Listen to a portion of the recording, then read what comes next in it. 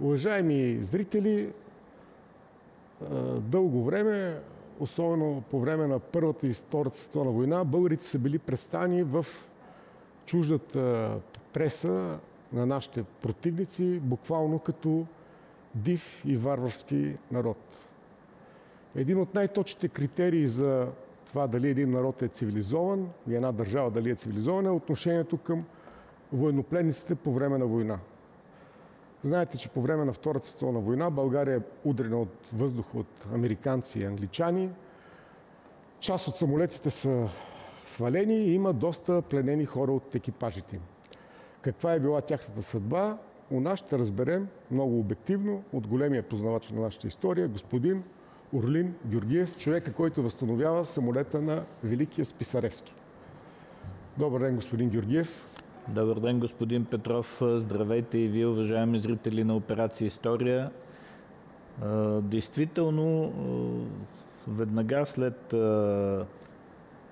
края на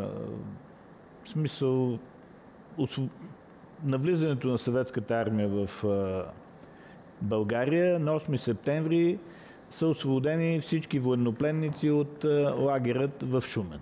Тоест имало е военнопленници, американски, английски, които са били въдворени в Шумен, така да се каже. Точно така. Изключително подробно описание на цялата история са направили двама души. Книгата е издадена на английски език, 289 дни край Шумен, от професор Станимир Станев и от един американец Марк Ласкот, който е син на един от тези военнопленници. Малко известен факт е въобще, че такъв лагер е съществувал и не всеки българин знае за него, но действително на 8 септември съветската армия освобождава 330 военнопленници от този лагер, като в него са били представители на 9 държави. Най-много са били от Съединените щати, 290 души, имало от Канада, от Великобритания, от Южна Африка, от Австралия, от Югославия, от Гърция, Нидерландия, въобще изключителен конгломерат. Всичкото самолетни екипажи ли са били? Всичките са били в Шумен конкретно, самолетни екипажи, и мястото на лагер е бил там, за да не могат евентуално при бягство да стигнат до да напуснат територията на България. А те са били, предполагам, на платото някъде? Точно така, на Шуменското плато, на около 200 метра зад паметника 1300 години България е бил вторият лагер, защото първият се е напълнил още март месец някъде 1944 година и лагер е просъществувал 289 дни от ноември 1943 година до 8 септември 1944 година и тогава са освободени всички тези военнопленници. Толкова ли самолети са свалени, че да има толкова пленници? Освен 330 пленници в лагера, има и около 200 души, които са погребани след падането на самолетите. В интерес на истината, 3/4 от тези самолети са били сваляни от германски и румънски изтребители и румънската противовъздушна отбрана на техна територия, но насочвайки се към своите бази в Италия, те са прилитали над България и цяла северна България, Русенска област, Видин, Плевен, Враца са били изпълнени с паднали такива самолети и екипажи. Как са се отнасяли към тях? Може би най-важният въпрос. Първото нещо е, те са били карани в София и са били разпитвани от нашите военни контрразузнавачи и са прикарвали първите седмици в гарнизонния арест, който и днес съществува и се намира до моста на влюбените, ако мога да уточнят, още една жълта двуетажна сграда, която сега е фитнес, но на втория етаж са били техните кили и там са разпитвани. След около 20-30 дни са били изпращани вече, след като е събрана цялата информация, са били изпращани в Шумен с влак. И това, което мога да кажа като отношение към тях и като най-голямо тяхно притеснение, че те са се страхували да не бъдат изпратени в Германия.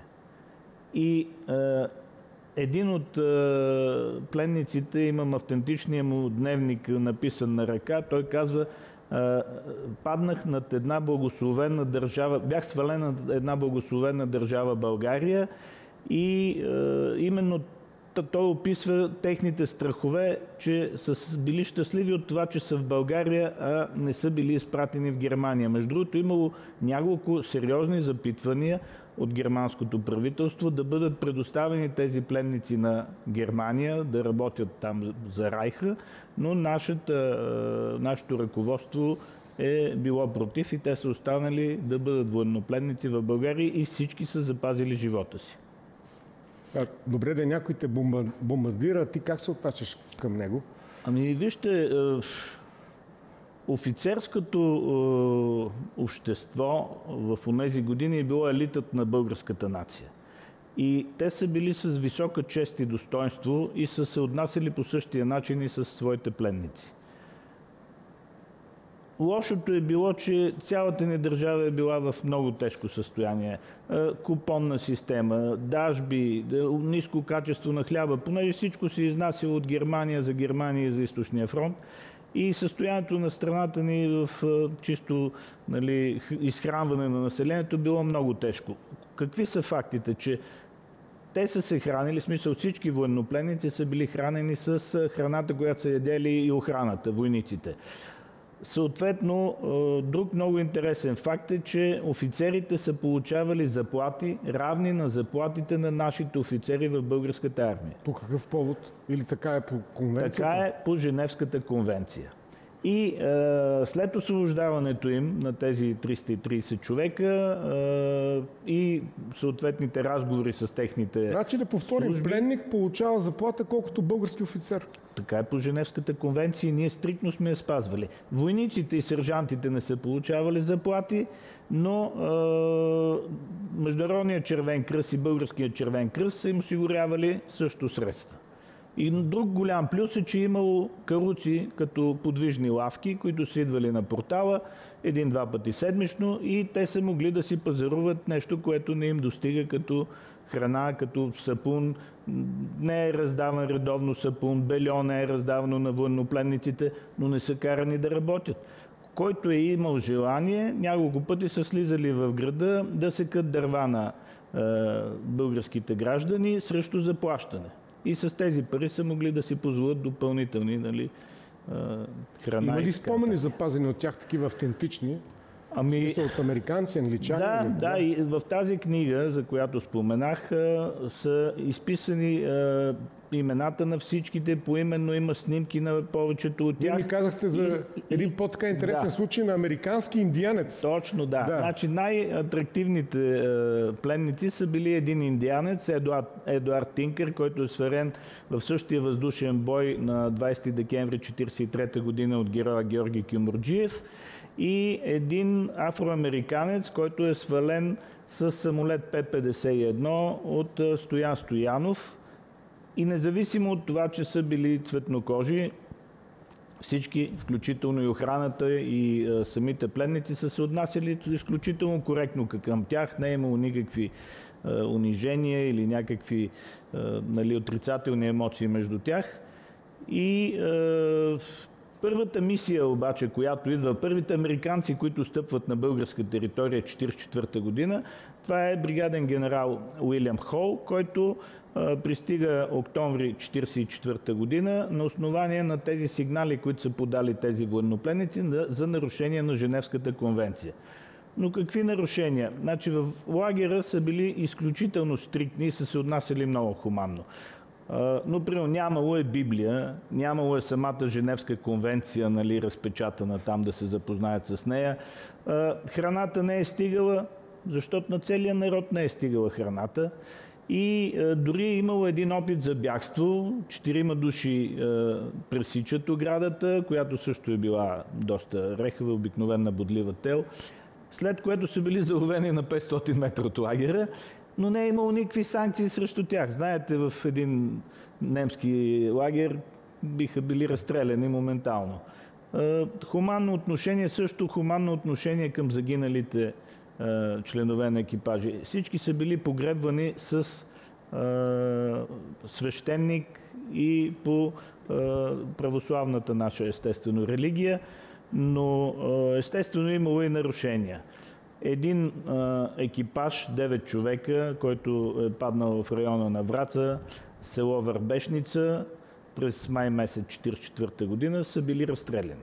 9 човека по заповед на български офицер, който е загубил много свои близки.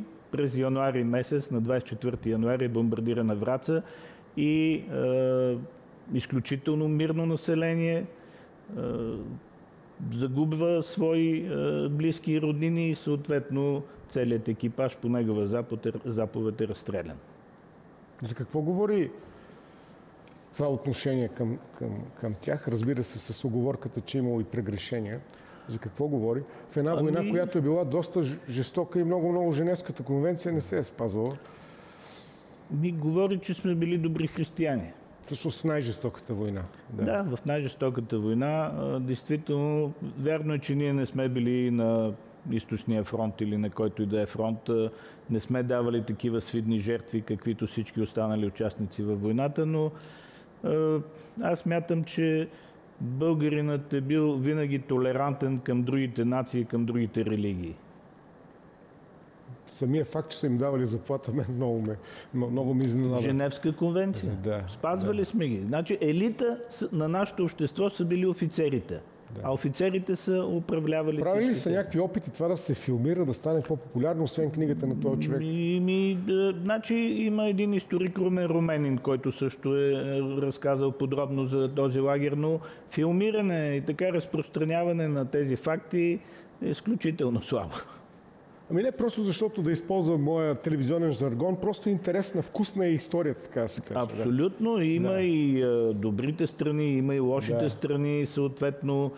И смятам, че една добра тема за историците, която си струва да се... Как се каже човека от Шумен? Професор Станимир Станев има 20 експедиции за издирване на свалени съюзнически самолети. Тук в интерес на фактите трябва да кажа, че има и 2 екипажа от съветската армия, които са свалени над българска територия от германски нощни изтребители. Те са изпълнявали мисии за миниране на река Дунав. И тези екипажи са били свалени. По 4 човека е имало в самолет и има гробове и техни паметници в района на Бълчик, в едно от селата, където е паднал единия самолет. Другите по многочисленост, естествено 290 американци, след това са били британците и имало е гробище американско от 1946 година до 1951 година в района на Слатина. Както казах, 200 души са били препогребани от цяла България, са били събрани телата им, но когато се влошават отношенията на социалистическото правителство с щатите, те ликвидират гробището и си ги погребват хората по родните места. Като най-големият трън в очите е бил американското знаме, понеже то било на редута гробището в Слатина. И имало голямо американско знаме, осветявано с прожектори и се е виждало от половин София това знаме. И естествено социалистическата власт се премахнала това гробище. Да ви попитам за другия ви проект, вие ми гостувахте преди месец или малко повече. Възстановявате самолета на Списаревски. Какво става с него? Ние имаме и снимки, вие ми изпратихте. Така той изглежда вече в някаква фаза да работи се по него. Проектът върви много добре. Събрали сме вече около 50 000 лева, остават ни още около 15. Най-големият ни дарител е Баймарин на 72 години от Съединените щати. Баймарин от Съединените щати. Баймарин от Съединените щати 4830 лева. Дари човека, поклон пред него и пред всички останали, доли тези, с които са дарили по 10 и 20 лева, защото това е нашата памет, това е нашия дух. И самолетът вече 7 метра от него скелета е готов, предстои обличане с алуминиева ламарина. Продължаваме да събираме средства. Ако вашите зрители изпишат А и ББА в Асоциация за история и бъдеще на българската авиация, могат да прочетат какво сме направили, нашия отчет за всички разходвани средства и ако преценят, могат да дарят за довършване на самолета средства. Добре, господин Георгиев, благодаря ви за това гостуване. Надявам се скоро да се видим пак. А след рекламите по България ОНЕР ще говорим за това готви ли се Европа за война с Тончо Краевски.